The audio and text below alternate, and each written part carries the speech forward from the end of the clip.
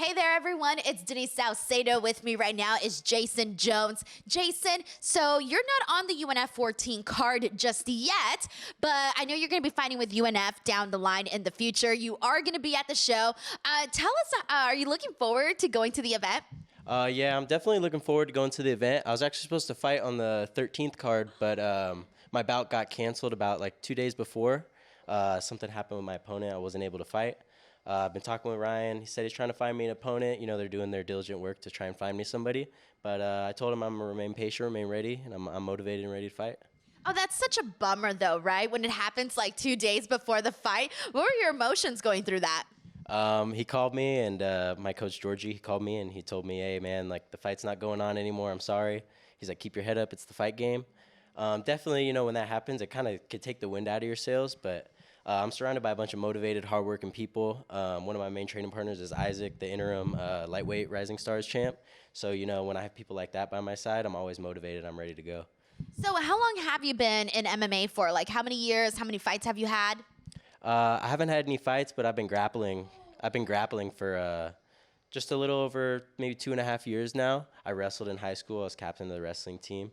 And then I made the transition over to jiu-jitsu. I started with 10th Planet Jiu-Jitsu, and I kind of just immediately wanted to get out there and start grappling. But, you know, it's easy to get bored and feel like you're stagnating with yourself, and I really want to start proving myself. So I started training MMA maybe about 1.5 years ago. But I already had experience with striking, and then I obviously have my competition grappling experience. So I just feel like I'm ready, and I feel like it's my time. Man, so it's like you're just waiting for that first fight, right? It's like this urge, and you're just trying to do it. I know that can be a little bit, you know, make you a little bit impatient, right? Yeah, definitely, because you feel like you just want to, like, oh, like, I'm ready, I'm ready, I'm ready. But it's a long road, and it'll take time. As long as I just know I'm ready and I keep going and, you know, don't burn myself out. I'm not trying to set temporary short-term goals for myself. I'm trying to keep a long-term goal and keep that motivation high. Yeah, so, you know, I know you mentioned you were in wrestling in high school, but what made you decide to really get into MMA and focus in on that?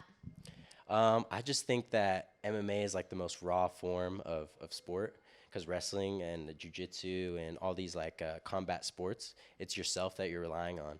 And MMA is like, I could get hit, I could get seriously hurt, I could get seriously injured. That and just, I guess, wanted to set an example for myself, wanted to lead by myself by example. You know, I want to be a strong role model for people, and I want to encourage other people to do great things.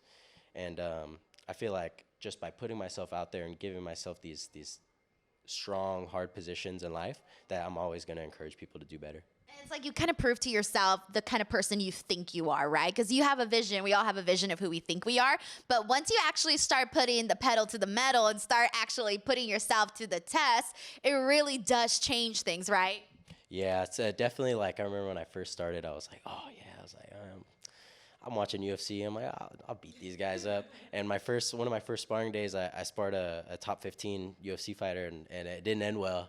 And I just went home and I sat in bed, and I was just like, head rattled, didn't know what was going on. And I was like, do I really want this? And then the more you come, the more you do it, the more you realize, like, if you're really about it, then you're really about it.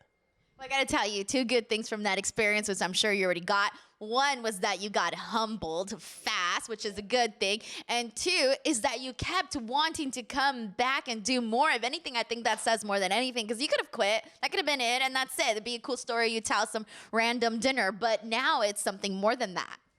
Yeah, definitely. You know, I get humbled all the time. You know, anytime I start getting on that high horse, like, I get humbled. You know, some of my training partners, my good friend Sebastian, you know, like, we'll go to jiu-jitsu and he's 40 pounds lighter than me, and sometimes he whoops me. You know, I'm getting whooped by some guys who are way smaller than me, and it just keeps me going, keeps me like, all right, like, this ain't gonna happen again. You know, I gotta keep going. Exactly that. All right, Jason, I want to thank you so much for taking the time to chat with me here today. And I can't wait to see you at UNF 14. And I can't wait to see you have your first fight. To everybody watching, if you want to attend UNF 14, the link is in the description box below. Get your tickets. Catch you on the next vid.